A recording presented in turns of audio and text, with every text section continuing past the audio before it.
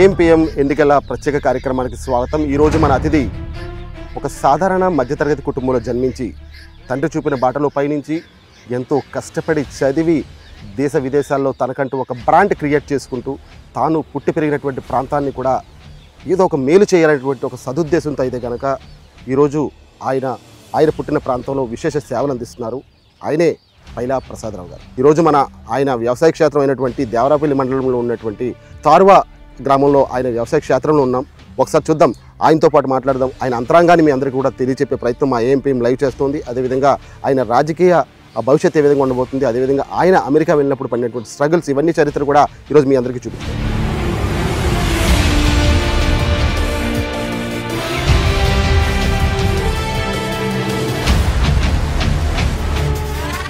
Sir నమస్కారం sir.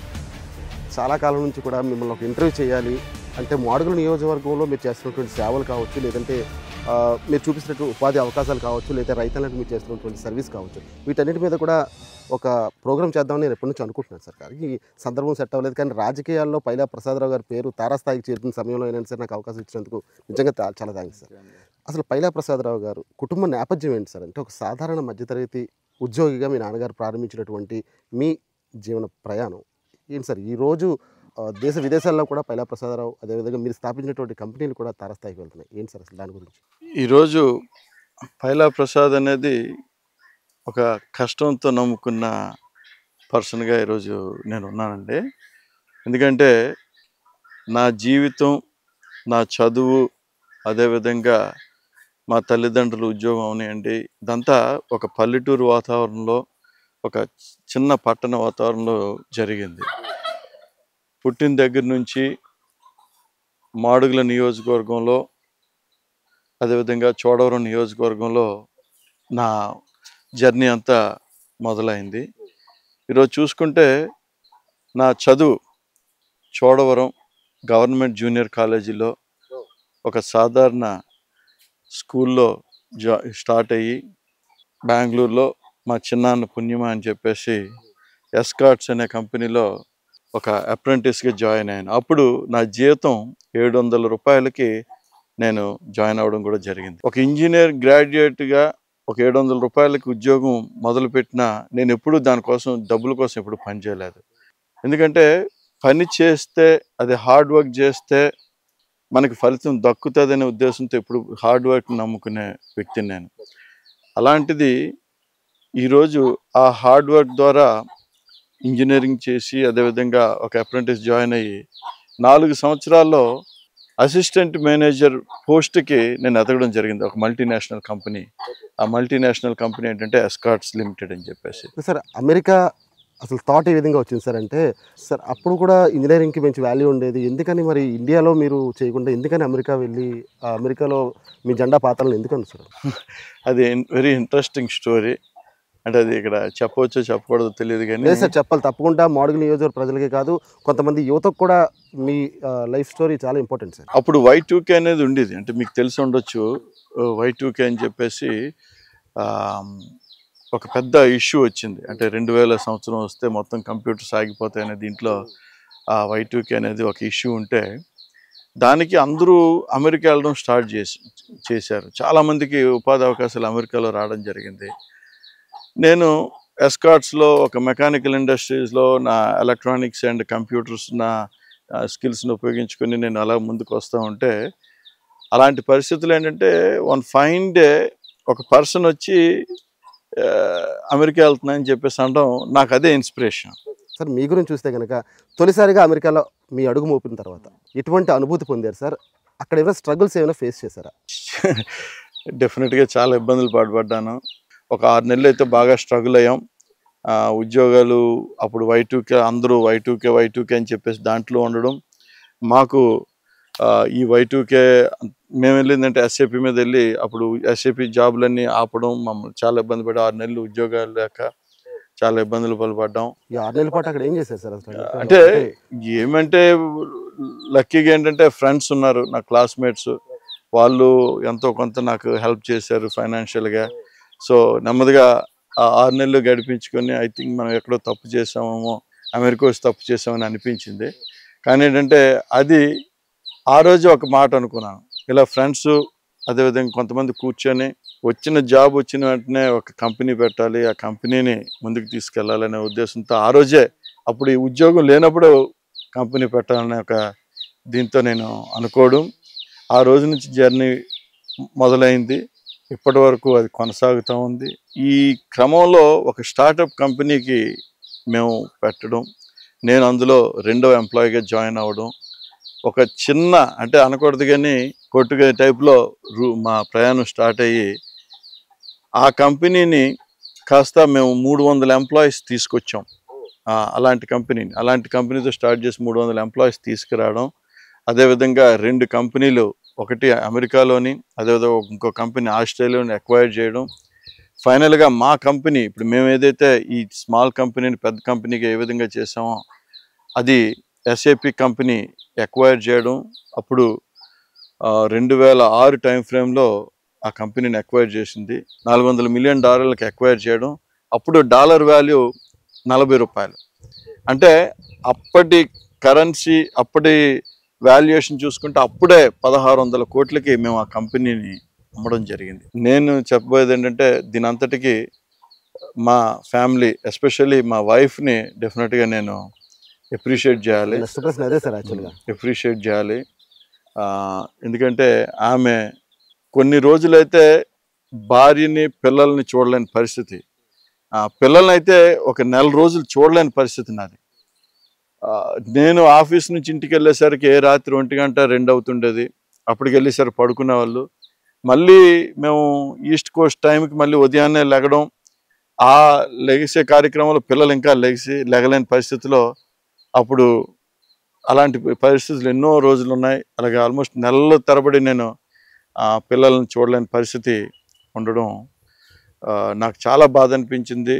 ఎంతో precious టైంని, ఆ విధంగా ఫ్యామిలీ టైంని నేను కోల్పోయాను.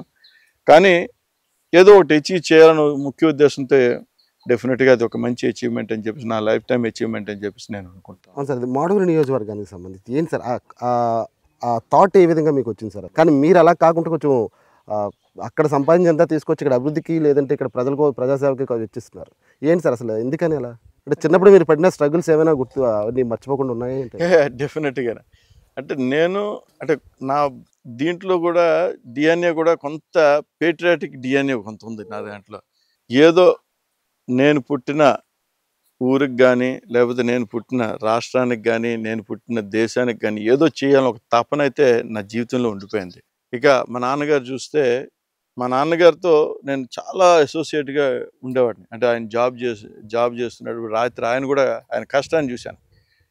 ఎస్పెషల్లీ ఆయన అసిస్టెంట్ ఎగ్జిక్యూటివ్ ఇంజనీర్గా ఉండేటప్పుడు ఆయన చేసింది ఏంటంటే, ఈ మార్చి నెలలో ఎక్కువగా పనులు అవుతాయి. ఇరిగేషన్ వర్క్లని, బిల్లులని, ఇదని, ఇయర్ అండ్ క్లోజ్ వీటన్నిటికి అవుతాయి. అప్పుడు చూస్తూ ఉంటే ఆయన రాత్రి పగలు పనిచేసిన పరిస్థితులు.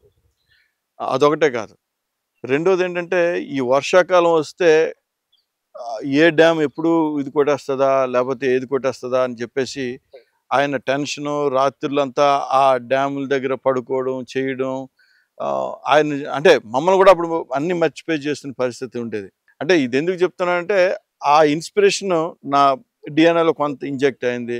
అదేవిధంగా మా చిన్నాన్నని డెఫినెట్గా గుర్తుంచుకోవాలి. మా నాన్నగారు తర్వాత ఆయన ఎస్కార్ట్స్లో నాకు ఉద్యోగం ఇచ్చిన దగ్గర నుంచి అవనివ్వండి, ఆయన కష్టపడే విధానం కానీ దాన్ని కూడా నేను నా లైఫ్లో నేను కొంత ఇన్కల్కేట్ చేసుకున్నాను. ఈ రెండు మిళితమే ఈరోజు పైలా ప్రసాద్ అని చెప్పొచ్చు. అందువల్ల ఏంటంటే ఆ కష్టం, ఆ తర్వాత ఏంటంటే ఈ నాన్నగారు ఈ రైతులకి చేసేది, కాంట్రాక్టులకి హెల్ప్ చేసేది, ఇవన్నీ చూస్తూ ఉంటే ఇక్కడ ఏదో మిస్సింగ్ అనేది ఒకటి అనిపించింది.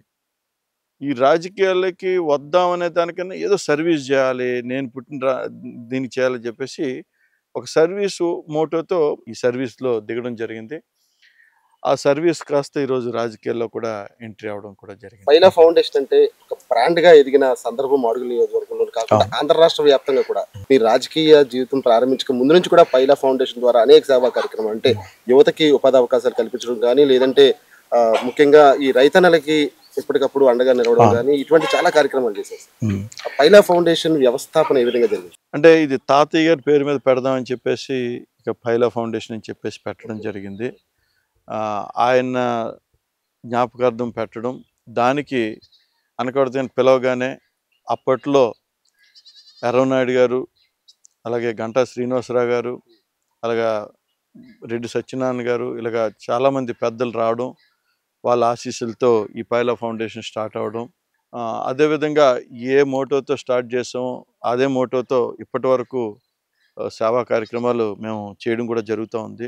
మాడుగుల నియోజకవర్గం చుట్టుపక్కల ప్రాంతాల గురించి మాట్లాడుకుందాం సార్. మీ అన్నయ్య గారు ఉన్నారు, ఆయన ఎక్కడ ఉంటున్నారు? అదేవిధంగా మాడుగుల నియోజకవర్గంలో మీ కుటుంబ సభ్యులు ప్రధానంగా ఎక్కడెక్కడ ఉన్నారు ఒకసారి మాకు చెప్పండి సార్. మా అన్నదమ్ములు అందరూ మాడుగుల నియోజకవర్గం అల్లుళ్ళు అయ్యారు. అదేంటో మరి మాకు తెలియటం లేదు. నేను అవనియండి, మా అన్నయ్య అవనియండి, నా తమ్ముడు అవనియండి, నాకు ఇంకొక అన్నయ్య ఉన్నాడు, ఆయన అవనియండి. ఇలా చూసుకుంటే అంటే మా చిన్నాన్న పిన్నాన్నలు వీళ్ళందరూ చూసుకుంటే ఇప్పుడు ఆల్మోస్ట్ మేము ఒక 10 మంది ఈరోజు మాడుగుల అల్లుళ్ళు అయ్యాం. అది చాలా ఇంట్రెస్టింగ్. అది ఇక్కడ మాడుగుల నియోజకవర్గాన్ని మాకు ఏదో రుణాల బంధం ఉన్నట్టు ఈరోజు మాడుగుల నియోజకవర్గం మాకు ఇది అవడం. ఇక మా మిసెస్ చూస్తే వాళ్ళు కూడా కుటుంబ నేపథ్యం. ఆమె రెడ్డి వాళ్ళ కుటుంబం, రెడ్డి శ్రీదేవి. యాక్చువల్గా ఇప్పుడు పైలా శ్రీదేవి అయింది, అది వేరే విషయం. వాళ్ళ నాన్నగారు చూసుకుంటే రెడ్డి తాతనాయుడు గారి కొత్తపేట గ్రామం. ఆయన 30 సంవత్సరాలు ఆ గ్రామానికి సర్పంచ్గా, అదేవిధంగా ఎంతోమందికి సేవలు చేస్తూ, ఎంతోమందికి ఆర్థికంగా కానీ, అదేవిధంగా ప్రత్యక్షంగా పరోక్షంగా ఆయన సేవలు ఉపయోగించుకునే వ్యక్తులు చాలామంది ఉన్నారు. మాడుగుల గ్రామంలోనుగా మాడుగుల సిటీ ఆ పరిసర ప్రాంతాల్లో కూడా కొన్ని విద్యా సంస్థలు కూడా మీరు ప్రారంభించారు. అదేవిధంగా చోడవరలో కావచ్చు, చాలా తక్కువ ఫీజుకు కూడా మీరు విద్యాభ్యోధన చేస్తున్న పరిస్థితి కనిపిస్తుంది. దాదాపుగా ఉచిత విద్య అందిస్తున్నట్టే మీరు, ఎందుకంటే చాలా తక్కువ ఫీజుతో ఇంగ్లీష్ మీడియం స్కూల్స్ ప్రారంభించారు. ఆ థాట్ ఎలా వచ్చింది sir? Education KG to PG ఈరోజు మాడుగుల నియోజకవర్గంలో మేము స్టార్ట్ చేయడం. చాలా మంది KG to PG రన్ అవుతా ఉంది. ఇప్పుడు ఆల్మోస్ట్ మేము 1500 మంది స్టూడెంట్స్ వరకు ఈరోజు మాడుగుల నియోజకవర్గం పరిసర ప్రాంతాల్లో పిల్లలందరూ మా దగ్గర చదువుకోవడం జరుగుతూ ఉంది. దానికి కూడా మాతో పాటు నా ఫ్రెండ్స్ కూడా దీంట్లో భాగస్వాములు. వాళ్ళు కూడా చాలా వెరీ వెల్ ఎడ్యుకేటెడ్ పీపుల్. అంటే ఎడ్యుకేషన్ అంటే IITs వాళ్ళు, అదేవిధంగా ముగ్గురు NRIsవి. ఎక్కడో సంపాదించి ఏదో చేద్దాము, ఒక ఐకానిక్గా వెళ్దామని చెప్పేసి ఈరోజు ఎడ్యుకేషన్ స్టార్ట్ చేయడం, అది కూడా చాలా మంచి నేమ్ వచ్చింది. రానున్న రోజుల్లో మంచి రిజల్ట్స్ తీసుకొస్తున్నాం.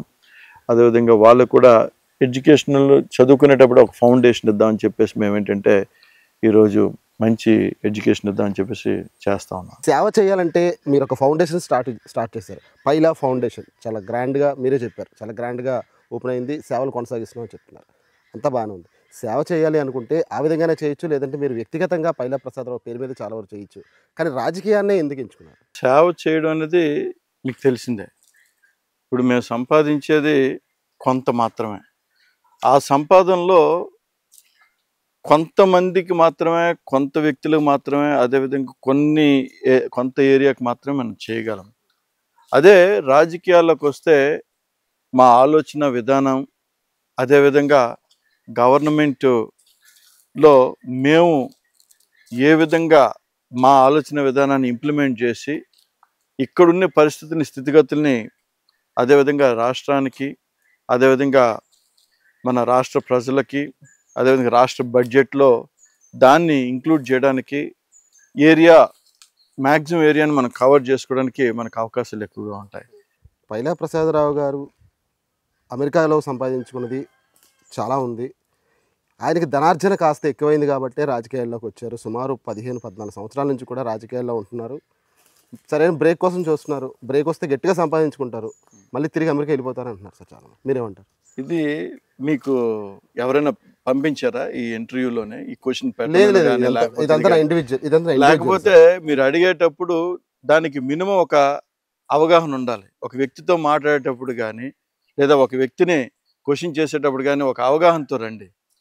ఎందుకంటే పూర్తి అవగాహన ఉంటే ఇలా మీరు మాట్లాడే వ్యక్తి అయితే కాదు. ఎందుకంటే పైలా ప్రసాద్ అనే వ్యక్తి ఈరోజు రాజకీయాలకి అతీతంగా, అదేవిధంగా ఎంతో సేవా దృక్పథంతో సేవలు చేస్తానే కాదనట్లేదు సార్. సేవలు చేయడం క్వశ్చన్ కాదు. ఈ రోజు మేము సంపాదన చేసుకుందాం అని అనుకుంటే మాకు అవసరం లేదు. మా సంపాదన మీకు చెప్పాం, 1600 కోట్లు. నేను నా 36వ సంవత్సరంలోనే మా కంపెనీ అమ్మడంలోను కానీ, మేము కొంత సంపాదించడంలో మిలియనీర్ అని చెప్పాను. ఈరోజు దాన్ని మీరు ఏం చేస్తున్నారంటే ఎవరో పంపించి మా మీద ఉసుగొలిపినట్టు లేదు లేదు, అది మాత్రం కాదు. లేదండి, మీరు చేసింది అలాగే కనిపిస్తుంది. మీరు మొన్న చేసినటువంటి రా కదలరా కార్యక్రమంలో నేను కొంతమందిని అడిగాను, కొంతమంది నాకు చెప్పిన మాట సార్ ఇది. మీరు అదే చెప్తున్నాను, మీరు మా మీద ఇప్పుడు బూడి ముత్యాలనాయుడు మీకు పంపించి ఉండొచ్చు మా మీద మేము ఏం చేస్తున్నాం అని చెప్పేసి, లేకపోతే ఇలా క్వశ్చన్ ఏంటి అని చెప్పేసి చేస్తుండొచ్చు. మీడియా అంతలా లేదంటే మా మీద వ్యతిరేకులు ఎవరైనా ఈ విధంగా చేసి ఉండొచ్చు.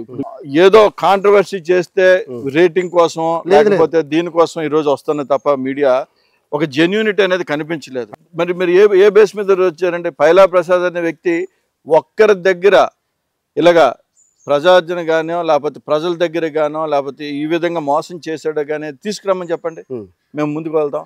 ఈరోజు ఏంటంటే ఈరోజు మీరు అడిగిన క్వశ్చన్ మాత్రం డెఫినెట్గా మీరు you have to take it back, మీరు తీసుకోవాలి, వెనక్కి తీసుకోవాలి.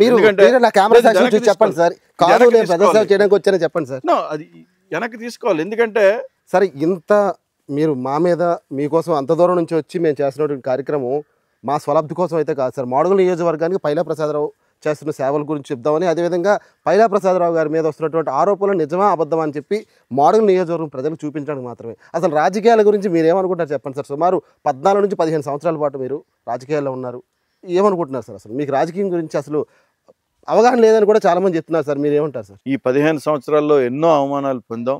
ఆ 15 సంవత్సరాల కష్టమే ఈరోజు మాకు ఈరోజు ఉన్న రికగ్నిషను, ఒక నాయకుడిగా ఈరోజు ఎదగడం జరిగింది. అంటే ప్రజలు ఏదో ఒక రోజు గుర్తిస్తారు. ప్రజలు అనేవాళ్ళు వాళ్ళు కూడా ఒక మానవతా దృక్పథం ఉంటుంది, ఏదో ఒక రోజు గుర్తిస్తారు. సో ఈ రోజు ఏంటంటే ఆ గుర్తింపు వచ్చింది. అంటే ఒకరిని చూసినప్పుడు ఏంటంటే ప్రజలు అనేది ఒకరికి అవకాశం ఇద్దాం, అవకాశం ఇస్తే వాళ్ళు ఏం చేస్తారో చూద్దాం అనేది చూడడం జరిగింది. ఈరోజు చాలామందికి మాడుగుల నియోజకవర్గాల్లో అవకాశం వచ్చింది. ఈరోజు కూడా ఒక అవకాశం ఈరోజు మాడుగుల నియోజక ప్రజలు ఇస్తారన్న ముఖ్య ఉద్దేశంతో మేము ముందుకు వెళ్తూ ఉన్నాం, ముందుకు సాగుతూ ఉన్నాం. డెఫినెట్గా రానున్న రోజుల్లో మాడుగుల నియోజకవర్గం ఒక మంచి నియోజకవర్గం, అదేవిధంగా ఒక రోల్ మోడల్ నియోజకవర్గంగా తీర్చిదిద్దడానికి పైలా ప్రసాద్ అహర్నిశలు కృషి చేస్తాడని చెప్పేసి చెప్పడం ఎత్తుశక్తి లేదు. పైలా ప్రసాదరావు అన్న వ్యక్తి తెలుగుదేశం పార్టీ నుంచి సీటు ఆశిస్తున్నట్టు అందరికీ తెలిసిన విషయమే సార్. ఇది ఎప్పటి నుంచో జరుగుతున్న విషయమే. ఇటీవల కొద్ది కాలంగా 3 పేర్లు పరిగణనలోకి వచ్చినాయి. తర్వాత మీరు చాలా ఇంటర్వ్యూలు కూడా ఇవ్వడం జరిగింది. 3లో ఎవరికి సీట్ వచ్చినా సరే నేను తెలుగుదేశం పార్టీ జెండాను మాడుగుల కోట మీద ఎగరేయడానికి సిద్ధంగా ఉన్నాను, ఎవరికి మేము 3 కూడా బాండింగ్ బాగానే ఉందని చెప్తున్నారు. కానీ ఒకవేళ కానీ సీటు మీకు ఇవ్వకుండా మరొకరికి కానీ ఇస్తే తప్పకుండా పైలా ప్రసాదరావు గారు కండువా మారుస్తారని చెప్పి ఒకరు చెప్తున్నారు సార్. దీనికి మీరేమంటారు? అంటే మీరు మాట్లాడకూడదు అని అంటున్నారు కానీ అలాంటివి చేస్తా ఉన్నారండి. కరెక్ట్ కాదు, నేను చెప్తున్నాను, కరెక్ట్ కాదు. ఎందుకంటే మీరేమంటున్నారు పైలా ప్రసాద్ కండువా మారుస్తాడు అని అంటున్నారు. సీట్ ఇవ్వకపోతే కండువా మార్చే వ్యక్తి అనుకుంటే ఈ రోజు ఎప్పటికో మార్చాలి. ఈ పార్టీకి నాకు ఇన్ఛార్జిగా ఇవ్వలేదు. గత 15 సంవత్సరాల నుంచి పార్టీని నమ్ముకొని ఉన్నాం. అదేవిధంగా ఇన్ఛార్జిగా ఇవ్వనప్పుడు ఏదో ఆ పర్టికులర్ టైంలో మేము ఎక్స్ప్రెస్ చేసి మా బాధని పార్టీకి చెప్పుకున్నాం. అది మేం చేసిన తప్ప లేకపోతే ఎవరో చేసిన తప్ప అదేంటనేది పార్టీకి తెలియాలి. సో మా ప్రాబ్లం ఎక్స్ప్రెస్ చేసాం. ఆ రోజు ఎక్స్ప్రెస్ చేసిన దగ్గర నుంచి ఈ రోజు వరకు పార్టీ లైన్ మేము దాటలేదు. మీరు మళ్ళీ చాలా వరకు నన్నే పక్కదారి పట్టించేలా చేస్తున్నారు సార్. ఇక మీరు అడిగిన క్వశ్చన్ నేను మర్చిపోలేదు, కండువా మారుస్తారా అని అన్నారు. డెఫినెట్గా ఈరోజు ఎన్నో మీటింగుల్లో నేను చెప్పడం కూడా జరిగింది. మాడుగుల నియోజకవర్గంలో ఇప్పుడు 3 కంపీట్ అవుతా ఉన్నాం. నేను అవనివ్వండి, రామానాయుడు అవనివ్వండి, అదేవిధంగా పీవీజీ అవనివ్వండి, 3 కంపీట్ అవుతా ఉన్నాం. 3లో ఎవరికి సీటు ఇచ్చినా ఈరోజు నేను ప్రమాణపూర్వకంగా చెప్తా ఉన్నాను, ఎవరికి సీటు ఇచ్చినా పనిచేయడానికి పైలా ప్రసాద్ అందులో ముందు ఉంటాడని చెప్పేసి ఈరోజు మీకు చెప్తా ఉన్నాను. మీ మీడియా పరంగా ఈరోజు చూసుకుంటే రాష్ట్రాన్ని అధోగతి పాలు చేయడం జరిగింది. అదేవిధంగా అక్కడ ఒక దొంగ ఉంటే ఇక్కడ మాకు ఒక దొంగని ఇవ్వడం కూడా జరిగింది. ఇలాంటి దొంగల ఇది దొంగకేదో పేరు ఉంటుంది, పేరు పెట్టి ఉంటారు కదా సార్. మేము ఉన్నది బోడి ముత్యాలనాయుడు అంటాం, ఉత్తి అది ఏమంటారు తారు ఉప ముఖ్యమంత్రి అంటాం. రాష్ట్ర ఉప ముఖ్యమంత్రిని దొంగ అని సంబోధిస్తున్నారు సార్, అది ఎంతవరకు కరెక్ట్? అది కరెక్ట్. అది మీరు చదువుకునే వ్యక్తి కదా. కరెక్ట్, చదువుకునే వ్యక్తి ఏంటంటే ఇప్పుడు ఒక వ్యక్తికి ఒక అవకాశం ఇచ్చినప్పుడు ఆ వ్యక్తి ఏంటంటే దానికి న్యాయం చేయాలి. ప్రజలకి జరుగుతున్న అన్యాయాన్ని మేము ఈరోజు ప్రజల పక్షాన మేము పోరాడకపోతే ప్రతిపక్షానికి న్యాయం చేసినట్టు అవదు. ఈరోజు మాడుగుల నియోజకవర్గంలో ఇప్పుడు మాకేంటంటే ఇసుక దొంగ. ఈరోజు మాడుగుల నియోజకవర్గంలో ఇక్కడ నుంచి రీచ్ చూసుకుంటే మీరు వస్తున్నప్పుడు చూసే ఉండొచ్చు శారదా నది మీద. ఒకసారి వెళ్ళి మీరు మీరు కూడా ఒకసారి కెమెరాస్ పెట్టండి. అక్కడ ఇసుక దొంగిలిస్తా ఉన్నాడు. అది ఎవరు దొంగిలిస్తున్నాడంటే ఈరోజు ఈ బూడి ముత్యాల నాయుడు దొంగిలిస్తా ఉన్నాడు. అలాగే కాంట్రాక్ట్స్ ఏ మాడుగుల నియోజకవర్గంలో ఏ శాఖలోనైనా ఏదైనా పనులు ఉన్నాయంటే ఫస్ట్ కాంట్రాక్ట్ తీసుకుంది ఎవరంటే ఈ బూడి ముత్యాల నాయుడు. ఇలాంటి బూడి ముత్యాల నాయుడు ఎవరికి వాళ్ళ కార్యకర్తలు కూడా న్యాయం చేయటం లేదు. ఈ బూడి ముత్యాల నాయుడు 4.5 సంవత్సరాల నుంచి కూడా మీరు మీ తెలుగుదేశం పార్టీ శ్రేణులందరూ కూడా ఇదే మాట చెప్పుకొస్తున్నారు. 4.5 సంవత్సరాల్లో ఆయన దోచుకున్న దాన్ని ఏది కూడా నిరూపించలేకపోతే దేనికండి సార్? ఆయన డైరెక్ట్గా సవాల్ విసురుతున్నాడు సార్. నేను దోచుకున్నది ఏమైనా ఉంటే నాకు డైరెక్ట్గా చూపించండి. దేనికని? రమ్మనండి, మీరే ఓపెన్ డిబేట్ పెట్టమనంటే మేము చూపిస్తాం. మీరు వెళ్ళి ఇదే ఇంటర్వ్యూ నాతో తీసుకున్నారు కదా, అదే ఇంటర్వ్యూ ఆయనతో తీసుకొని ఓపెన్ డిబేట్ పెట్టండి చెప్తాను. నేను ఆయన ఛాలెంజ్ చేస్తా ఉన్నాం. ఆయన చేసింది, ఆయన ఎక్కడెక్కడ డబ్బులు తీసుకున్నది ఇవన్నీ మేము ఛాలెంజ్ చేస్తా ఉన్నాం. ఎంత దోచుకునేది కూడా ఛాలెంజ్ చేస్తాం. మా దగ్గర అన్ని ఆధారాలు ఉన్నాయి. ఆధారాలు లేవని అనుకోవద్దు. ఆధారాలు ఉన్నాయి, కరెక్టే సార్, చూపించమని చెప్తున్నాడు కదా, ఎందుకని చూపించట్లేదు? మీన్స్ ప్లాట్ఫామ్ దొరక్క ఏంటి సార్? రాజకీయాల్లో సవాలు ప్రతి సవాలు అనేది కామన్. కానీ ఏంటంటే అది ఎప్పుడు ఏంటంటే మాకు అధికారం వచ్చినప్పుడు ఆయన చేసిన ప్రతిదీ మేము నిగ్గు తేల్చడానికి మేము ముందుకు ఉన్నాం. అలాంటి వ్యక్తికి ఈరోజు 100 ఎకరాల ఆస్తి, అదేవిధంగా 10 అపార్ట్మెంట్లు, 4 ఇల్లులు ఈ విధంగా సంపాదించాలంటే ఎక్కడి నుంచి వస్తుందండి? ఇప్పుడు మేమంటే కష్టం నమ్ముకొని కష్టాన్ని చేసుకొని ఈరోజు సంపాదించిన డబ్బు. కానీ ఈరోజు ఒక్కరికి ఒక చావుకి కానీ, ఒక ఇంట్లో గుడికి కానీ, ఒక చర్చికి కానీ, అదేవిధంగా ఒక కార్యకర్త చనిపోతే కానీ, ఒక కార్యకర్త ఇబ్బంది పడితే కానీ డబ్బులు ఇవ్వలేని పరిస్థితి ఈరోజు బూడి ముత్యాల నాయుడు. ఏదేనంటే వెళ్ళండి, మేము ఇచ్చే పరిస్థితి లేదు, మీరు డబ్బుల మీద దబ్బడానికి వస్తారు అని చెప్పేసి ప్రతిదీ రాజకీయ కోణంలో ఆలోచించే వ్యక్తి ఈ బూడి ముత్యాల నాయుడు. ఇలాంటి వ్యక్తి అంటే అనకూడదు కానీ దోచుకోవడానికి ఉన్నాడు తప్ప వచ్చింది సంపాదనని ఇచ్చే పరిస్థితిలో లేడు ఈ బూడి ముత్యాల నాయుడు. అందువల్ల ఏంటంటే కాలమే నిర్ణయిస్తుంది. డెఫినెట్గా 2024లో ఆయన ఓడించడం తథ్యం.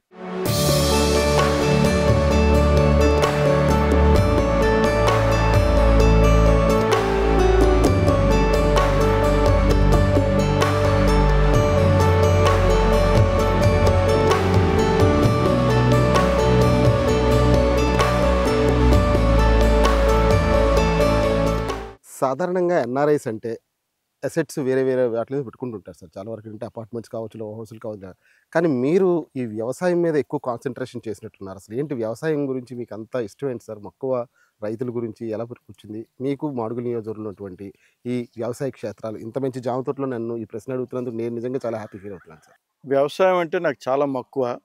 అది మీకు చెప్పాను ఇందాకలా. రైతాంగం, రైతులు, మా కుటుంబ నేపథ్యం, రైతాంగం ఇదేంటంటే నాకు పుట్టుకతో వచ్చిన ఇది. ఇలాంటి వ్యవసాయాన్ని నేనేంటంటే ముందుకు తీసుకెళ్దాం అనే ముఖ్య ఉద్దేశంతో ఇప్పుడు మీకు తెలుసు ఉత్తరాంధ్ర 3 జిల్లాల్లో ఇలాంటి వ్యవసాయ క్షేత్రాలు నేను స్థాపించడం జరిగింది. అదొకటే కాదు, యానిమల్స్ ఈరోజు మేకలు అవనివ్వండి, అదేవిధంగా బాతులు అవనివ్వండి, ఇలాగా అవన్నీ ఏంటంటే నాకు ఒక ఇదేంటో చాలా సరదాగా ఫీల్ అవుతాను. మాకున్ని టైంలో ఏదో చేద్దామనే ఉద్దేశంతో ఫీల్ అవుతా ఉన్నాం.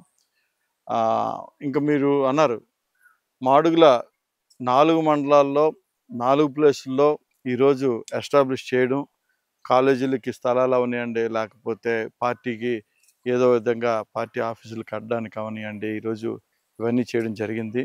ఈ వ్యవసాయాన్ని రానున్న రోజుల్లో మరింత వ్యవసాయం చేసుకున్న ఒక ఉద్యోగస్తుడు ఉద్యోగం చేసుకున్న 2 సమానమైన దీన్ని ముందుకు తీసుకెళ్దాం అని చెప్పేసి ఈరోజు ఈ వ్యవసాయ క్షేత్రాలు నేను పెట్టడం జరిగింది. మీరు ప్రత్యక్షంగా వచ్చి ఇటువంటి తోటలో పర్యవేక్షణ చేస్తుంటారు సార్. అంత టైం దొరుకుతుందా మీకు?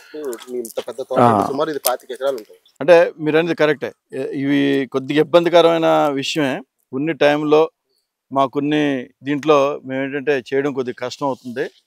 దాన్ని డెఫినెట్గా కొద్దిగా ఇబ్బందికరంగానే ఉంది. కానీ ఏంటంటే ఇది ఒక ఎంప్లాయ్మెంట్ కూడా చేయడం చేస్తూ ఉంది. చాలామందికి ఇక్కడ ఉండడంలో కొంతమంది ఈ పరిసర ప్రాంతాల్లో ఉన్న వ్యక్తులకి, రైతు కూలీలకి అవనివ్వండి, అదేవిధంగా ఇక్కడ కొంతమంది ఇక్కడ రైతులుగా ఉండి దీన్ని పండించుకుంటూ వాళ్ళు చూసుకుంటూ ఉన్నారు. అలాంటి వ్యక్తులు కూడా మనకు అవసరం. ఇలాగ ఏదో విధంగా కొంత ఎంప్లాయ్మెంట్ ఈ విధంగా కూడా ఎంప్లాయ్మెంట్ క్రియేట్ చేయడానికి రైతన్నలకు ఎల్లప్పుడూ కూడా అండగా ఉంటానని చెప్తున్నటువంటి పైలా ప్రసాదరావు గారు పార్టీలకు అతీతంగా ప్రతి రైతుకి అవసరపడే గిడ్డంగి కేంద్రాలపై ఎటువంటి దృష్టి సారిస్తున్నారు సార్? ఈరోజు గిడ్డంగులు చూసుకుంటే ఇక్కడ మాడుగుల నియోజకవర్గంలో కమర్షియల్ క్రాప్ అనేది గత కొద్ది సంవత్సరాల నుంచి మొదలవడం జరిగింది. ఈ కమర్షియల్ క్రాప్ చూసుకుంటే ముఖ్యంగా ఈ కాయగూరలు ఇలాంటివన్నీ పండించడం జరుగుతూ ఉంది. ఈ కాయగూరల పంట సరి అయిన ధర, గిట్టుబాటు ధర లేనప్పుడు రైతులు చాలా ఇబ్బందులు పాల్పడుతూ ఉన్నారు. దానికి మేము ఒక ప్రణాళిక అయితే మా దగ్గర ఉంది. కానీ ఈ పిచ్చి ప్రభుత్వం అప్పుడు కురసాల కన్నబాబు గారు మినిస్టర్గా ఉండేటప్పుడు చాలా ప్రగల్భాలు పలికారు. ప్రతి మండల కేంద్రానికి ఒక గిడ్డంగి ఇస్తామని చెప్పేసి చెప్పడం జరిగింది. కానీ ఈ రోజు వరకు అది కార్యరూపం దాల్చిన పరిస్థితి ఈరోజు ఉందంటే ఎంత ప్రజలను మోసం చేస్తున్నదని చెప్పేసి ఈరోజు మనం ఒకసారి తెలుసుకోవాలి. డెఫినెట్గా మేము మాడుగుల నియోజకవర్గంలో తెలుగుదేశం ప్రభుత్వం వస్తే దాన్ని డెఫినెట్గా తూచా మేము మాడుగుల నియోజకవర్గంలో పెట్టడానికి డెఫినెట్గా ఇది ఉంటామని చెప్పేసి గిడ్డంగులు పెట్టడానికి ముందుకు వస్తామని చెప్పేసి చెప్పడం ఏమాత్రం కూడా అతిశయోక్తి లేదని చెప్పేసి చెప్తాను. హామీలు ఇచ్చే నాయకులు ఎక్కువైపోయారు, వాటిని ఆచరణలో పెట్టే నాయకులు చాలా తక్కువగా ఉన్నారు సార్. మీరు హామీలు ఇచ్చేవారా లేదంటే ఆచరణలో పెట్టేవారు? మళ్ళీ మీరు ఏంటి కాంట్రవర్సీ లేదు లేదు సార్, మీరు ఇది కామన్ మొదలు అడుగుతున్నాను. పెట్టుకున్నారు ఏంటి? ఇది ఇప్పుడు కామన్ అడుగుతున్నాను హామీలు సార్. ఇప్పుడు హామీ ప్రతి ఒక్కరూ హామీలు ఇస్తారు. సమయం, సందర్భం అదేవిధంగా దాన్ని బట్టి మార్పులు కూడా చేసుకుంటాం. మన జీవితమే మనం తీసుకోండి. ఏదో ఒకటి అవ్వాలని కోరుకుంటుంది, కానీ అది అవుతామా? అవ్వకపోవచ్చు, దాన్ని మారిపోవచ్చు. కానీ ఏంటంటే ఈరోజు రాజకీయాలు ఎలాగున్నాయంటే మీరు అనేది ఒక అదే సార్, అందుకు ఒక మంచి రాజకీయాల క్వశ్చన్. గురించి. ఈరోజు రాజకీయాలు చూస్తే ఏంటంటే ప్రజలను ఆకట్టుకోవడానికి, ప్రజల మన్ననలు పొందడానికి ముందేంటంటే హామీలు ఇస్తూ ఉన్నారు. కానీ దాని రెవెన్యూ పరిస్థితులు, మనకి ఎంత ఆదాయం ఉంది, ఎంత మనం చేస్తే ఇది అవుతుంది అని చెప్పేసి ఆలోచన వ్యక్తులు లేరు. ఈరోజు జగన్మోహన్ రెడ్డి అదే చేశాడు. ఈరోజు ఏమంటే బటన్లు నొక్కుతాం అని చెప్పేసి చెప్పడం జరిగింది. ఈరోజు చూసుకుంటే ఆ బటన్లు నొక్కడమే మిగిలింది తప్ప రాష్ట్ర ఖజానా మాత్రం నింపడం అనేది ఎక్కడా కనిపించలేదు. ప్రజలకు ఏంటంటే ఒక మంచి నిర్ణయాలు తీసుకొని ప్రజాప్రభుత్వాన్ని ఏర్పరచుకోవడానికి ప్రతి ఒక్కరూ కష్టపడాలని చెప్పేసి నేను కోరుకుంటా ఉన్నాను. మాడుగుల నియోజకవర్గం అంటే ముందుగా మనందరికీ గుర్తొచ్చేది సార్ గిరిజన గ్రామాలు సార్. నిజంగా ఇక దిగువ ప్రాంతాల్లో ఉన్నటువంటి ప్రజలకు మీలాంటి వాళ్ళు చాలామంది హెల్పింగ్ చేస్తున్నారు సార్. మీలాంటి ఫౌండేషన్ ద్వారా ముందుకు వస్తున్నారు. కానీ గిరిజనుల వైపు మాత్రం ఏ ఒక్కరు కూడా తొంగి చూడట్లేదు సార్. అసలు గిరిజనులకి మీరు ఇచ్చే హామీ ఉందా సార్? మాడుగుల నియోజకవర్గంలో గిరిజనులు సుమారు 100 పైగా గ్రామాలు ఉండడం జరిగింది. ఈరోజు ఆ 100 గ్రామాలను మనం చూసుకుంటే చాలామంది గిరిజనులు 2 విధాలు ఇబ్బంది పడుతున్నారు. ఒకటి, గిరిజన ప్రాంతానికి చెంది గిరిజనులుగా ఉంటూ ఆ ట్రైబల్ బెనిఫిట్స్ కూడా ఈరోజు రాలేని పరిస్థితి ఈరోజు ఇక్కడ మా మైదాన ప్రాంతంలో ఉన్న గిరిజనులది. అంటే అదేవిధంగా ఇక్కడ లోకల్గా వాళ్ళు ఉంటూ ఇక్కడ షెడ్యూల్ ఏరియా వాళ్ళకి డిఫైన్ చేయకుండా వాళ్ళు ఏంటంటే ఒక బ్యాక్వర్డ్ క్లాసులు కానీ అదేవిధంగా మామూలు రెగ్యులర్ దీంట్లో వాళ్ళు ఉండాల్సిన వచ్చిన పరిస్థితి. అంటే 2 విధాలు మోసపోతున్నారు మాడుగుల నియోజకవర్గంలో. ముఖ్యంగా ఇక్కడ గిరిజనులు ఆదుకోవాల్సిన పరిస్థితి మాకు నాయకులుగా చాలా ఉంది. ఒకటేంటంటే షెడ్యూల్ ఏరియాలోని వీళ్ళని వాళ్ళకు వచ్చిన బెనిఫిట్స్ వీళ్ళకి రావటం లేదు. రిజర్వేషన్లో ఇబ్బంది పాల్పడుతూ ఉన్నారు, అన్ని విధాలు ఇబ్బంది పడుతున్నారు. దానికి మేమేంటంటే వాళ్ళని సెల్ఫ్ ఎంప్లాయ్మెంట్ చేద్దామని చెప్పేసి ఏంటంటే మేము ముందుకు తీసుకొస్తాను. దానికి గిరిజనుల కోసం ఒక ప్రణాళిక మేము సిద్ధం చేసాం. దాన్ని రానున్న రోజులు ఇంప్లిమెంట్ చేసి మీకు ఎటువంటి సప్లాన్స్ దానికోసం మీరు వెయిట్ చేసే పని లేదు. దాన్ని మేము మీ సెల్ఫ్ డిఫెన్స్ అంటారు చూస్తే సెల్ఫ్ ఎంప్లాయ్మెంట్ కానీ లేకపోతే స్వయం ఉపాధి కానీ వచ్చేటట్టు మేము చేయడానికి అన్ని విధాలు కృషి చేస్తాం. ఇంకా కొన్ని గిరిజన గ్రామాలు అయితే వంతెన లేక ఈరోజు కూడా కొంతమంది వైద్య సదుపాయాలు లేక డోలీ ద్వారా ఈరోజు తీసుకొచ్చే పరిస్థితి కూడా ఈరోజు ఉంది. ముఖ్యంగా అలాంటి ఇబ్బందులు పాల్పడకుండా ఆ రోజు చంద్రబాబు నాయుడు గారు ఎంత దూరదృష్టితో చూసారంటే బైక్ అంబులెన్స్లు పెట్టడం కూడా చంద్రబాబు నాయుడు గారు పెట్టడం జరిగింది. ఈరోజు చూసుకుంటే ఈ ప్రభుత్వం వచ్చి వాటికి అతిగతి లేకుండా చేసిన ప్రభుత్వం ఏంటంటే ఈరోజు వైఎస్ఆర్ ప్రభుత్వం. దాన్ని డెఫినెట్గా మళ్ళీ రీఇంప్లిమెంట్ చేసి టెలిమెడిసిన్ వ్యవస్థను తీసుకొచ్చి ప్రతి గిరిజనుడికి వాళ్ళ ఆరోగ్యం కానీ అదేవిధంగా ఆర్థిక వ్యవస్థలో కానీ అదేవిధంగా స్వయం ఉపాధిలో కానీ ముందుకు తీసుకెళ్తామని చెప్పేసి ఈరోజు నేను ఈ మీ మీడియా పరంగా నేను వాళ్ళకి హామీ ఇస్తాను. మాడుగుల నియోజకవర్గంలో దాదాపుగా మీకు సీటు ఖరారయ్యింది సార్ తెలుగుదేశం పార్టీ నుంచి అన్న విషయం తెలిసిందే. ఒకవేళ మీకే సీటు కన్ఫర్మ్ అయ్యి తర్వాత మీరే అధికారంలోకి వస్తే ఎటువంటి కార్యాచరణ ఏమైనా సిద్ధం చేసుకున్నారా సార్ ఇప్పటికే? అంటే ప్రజలకు మేలు చేసే విధంగా ఏమైనా కార్యాచరణ సిద్ధం చేసుకున్నారా? దేవుడి దయ వల్ల అదేవిధంగా మీ మీడియా పరంగా మాకు అవకాశంగా వచ్చుంటే వస్తుందని మేము కూడా భావిస్తూ ఉన్నాం. ప్రజలు ఆశీర్వదించి మమ్మల్ని గెలిపించి తెలుగుదేశాన్ని అక్కడ రాష్ట్రంలో చంద్రబాబు నాయుడు గారిని ముఖ్యమంత్రిగా చేసుకుంటే, ముఖ్యంగా ఈరోజు నారా లోకేష్ గారి పాదయాత్ర మనం చూసాం. ఆయన 3200 కిలోమీటర్ల పైగా ఎన్ని ఆటంకాలు సృష్టించినా దిగ్విజయంగా కంప్లీట్ చేశారు. అంటే అక్కడ మాకు చంద్రబాబు నాయుడు గారు పాత తరానికి ఒక నాయకత్వాన్ని వహించారో, ఈరోజు యువతరానికి కూడా ఒక మంచి నాయకుడు ఈరోజు పుట్టాడని చెప్పేసి చెప్పడంలో అతిశయోక్తి లేదు. అదేవిధంగా ఏదైతే హామీలు ఇచ్చారో నారా లోకేష్ గారు ఆయన పాదయాత్రలో తూచా మాలాంటి వాళ్ళు కూడా ఆయనకి సపోర్ట్గా నిలబడి రానున్న రోజుల్లో ఒక మంచి ప్రభుత్వాన్ని, ప్రజాప్రభుత్వాన్ని ఏర్పరచడానికి మేము ముందుకెళ్తాం. అది ప్రతి ప్రజానికం దీన్ని ఒక సీరియస్గా తీసుకొని రానున్న రోజుల్లో ఓటుగా మరల్చి దాన్ని తెలుగుదేశం పార్టీ ప్రభుత్వం సైకిల్ గుర్తుపై ఓటేసి గెలిపించాలని చెప్పేసి అక్కడ చంద్రబాబు నాయుడు ముఖ్యమంత్రి చేయాలని చెప్పేసి మీ మీడియా ద్వారా నేను ప్రజలను కోరుతా ఉన్నాను. తెలుగుదేశం పార్టీ అధినేత చంద్రబాబు నాయుడు గారితోనూ అదేవిధంగా తెలుగుదేశం పార్టీ రాష్ట్ర ప్రధాన కార్యదర్శి నారా లోకేష్ గారితో మీకున్నటువంటి బాండింగ్ ఏంటి సార్? ఎప్పుడే నుంచి ఏర్పడింది? మీరు ఎప్పుడు వారితో ఇన్స్పైర్గా? అంటే చంద్రబాబు నాయుడు గారు అంటే మేము అమెరికాలో ఉండేటప్పుడు ఆయన చూసే కష్టం కూడా చూసాం. ఆయన ఫ్లైట్ దిగిన మొదలు రాత్రి అక్కడ టైము 1 గంట వరకు రాత్రి పగలనకంట ఏదో విధంగా సీఈఓలను కలిసి రాష్ట్రానికి ఏదో విధంగా ఏదో చేద్దామన్న ముఖ్య ఉద్దేశంతో ఆయన ఎన్నో కార్యక్రమాలు చేస్తుండేవాళ్ళు. అదొకటి ఇన్స్పిరేషన్. మీకు ఇంతకుముందే చెప్పాను, తెలుగుదేశం ప్రభుత్వంలో ఆ సంస్కరణలు కూడా నాకు చాలా ఇన్స్పిరేషనల్. ఇక నారా లోకేష్ గారు వచ్చేసరికి ఏంటంటే, ఒక ముఖ్యమంత్రి కొడుగ్గా ఆయన ఎప్పుడు బిహేవ్ చేయలేదు. ఆయన చేసిందంతా ఒక సామాన్య కార్యకర్తగా పార్టీ కోసం, ప్రజల కోసం, అదే పార్టీని నమ్ముకున్న కార్యకర్తల కోసం ఆయన పనిచేశాడు. అంటే ఆయనలో ఆ సర్వీస్ మోటో కానీ, అదేవిధంగా ప్రజలకు ఏదో సేవ చేద్దామనే ఇది కానీ ఆయనకు ఉండడం ఈరోజు నన్ను కూడా కొంతవరకు ఇన్స్పైర్ చేసింది. ఈరోజు ఆయన మీకు తెలుసు 75 లక్షల రిజిస్ట్రేషన్ చేశారు. అది ఆషామాషి కాదు. అంటే అంతమంది కార్యకర్తలున్న పార్టీ ఈరోజు ఎంత స్ట్రాంగ్ అనేది ఒకసారి ఆలోచించండి. ఆయన ఆలోచన విధానం, అదేవిధంగా కార్యకర్తల కోసం ఇన్సూరెన్స్ విధానం, ఆ కార్యకర్తలను ఆదుకోవడానికి కష్టం వచ్చినా తెలుగుదేశం పార్టీ ఉన్నదని చెప్పేసి ఆదుకోవడం కానీ, అదేవిధంగా ఈరోజు ప్రతి కార్యకర్తని ఈరోజు ఒక చిరునవ్వుతో పలకరించే వ్యక్తి ఎవరంటే ఈరోజు నారా లోకేష్ గారు. తండ్రి సంస్కరణలు తీసుకొస్తే యువతల కార్యకర్తలు నేనంటూ వెన్నంటూ ఉన్నా అని చెప్పే లోకేష్ గారు యువతకు ఆదర్శంగా ఉంటూ, అందువల్ల డెఫినెట్గా వీళ్ళిద్దరూ నాకు ఇన్స్పిరేషనల్. డెఫినెట్గా మాలాంటి వాళ్ళు కూడా తోడైతే పార్టీకి బలం వస్తుందని చెప్పేసి మేము కూడా అనుకుంటా ఉన్నాం. Thank you so much sir. Thank you so much. నిజంగా పైలా ప్రసాదరావు గారు చాలా వాల్యుబుల్ టైం. యాక్చువల్గా ఇది మీకు మీ పేరు కూడా అనౌన్స్ అవుతుందని చెప్పి మా ఎంపీఎం ద్వారా కూడా ఆశిస్తున్నాము. ఇంత వాల్యుబుల్ టైంలో కూడా మా కోసం ఇంత టైం స్పెండ్ చేస్తారు. Thank you so much sir. Thank you sir. ఇది పైలా అంతరంగం. మాడుగుల నియోజకవర్గం అంటే ఆయనకి ఎందుకని ఇంత మక్కువ అన్న విషయం ఆయన నోటి వెంట విన్నాం. అదేవిధంగా ప్రతి ఒక్క మనిషి కూడా ఇన్స్పైర్గా తీసుకుని ముందుకెళ్లాల్సినటువంటి జీవిత చరిత్ర ఈరోజు పైలా నోటి వెంట విన్నాం. ఒక సాధారణ వ్యక్తి ఈరోజు దేశ విదేశాల్లో సాఫ్ట్వేర్ కంపెనీలు ప్రారంభించి అక్కడ సంపాదించిన డబ్బుతో విశాఖ అదేవిధంగా ఉత్తరాంధ్ర ప్రాంతాల్లో ఎంత ఇన్వెస్ట్ చేశారో ఆ ఇన్వెస్ట్మెంట్ కూడా ఎంతమందికి ఉపాధి కల్పిస్తుందన్న విషయం ఆయన నోటి వెంట విన్నాం. అదేవిధంగా మాడుగుల నియోజకవర్గంలో తెలుగుదేశం పార్టీకి సంబంధించి కూడా, అదేవిధంగా ప్రస్తుత అధికార పార్టీకి సంబంధించినటువంటి నాయకుల అభిప్రాయాలు ఇవన్నీ కూడా పైలా నోటి వెంట వినడం జరిగింది.